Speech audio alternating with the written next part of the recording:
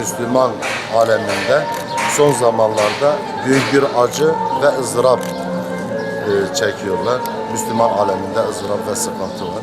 Biz özellikle Yemen'deki ızdırap, dram ve acıya ortak olma adına Şırnak İl Müftülüğü Gençlik Koordinatörlüğü ve Fatih Sosyal Bilimler Lisesi ortaklaşa dedik oradaki kardeşlerimize, Yemen'deki kardeşlerimize bir nebze de olsa umut olma adına böyle bir kermez düzenledik. Kermezden elde edeceğimiz bütün geliri, bütün hayırları Diyanet Vakfı aracılığıyla, Allah'ın izniyle o Yemen'deki kardeşlerimize göndereceğiz.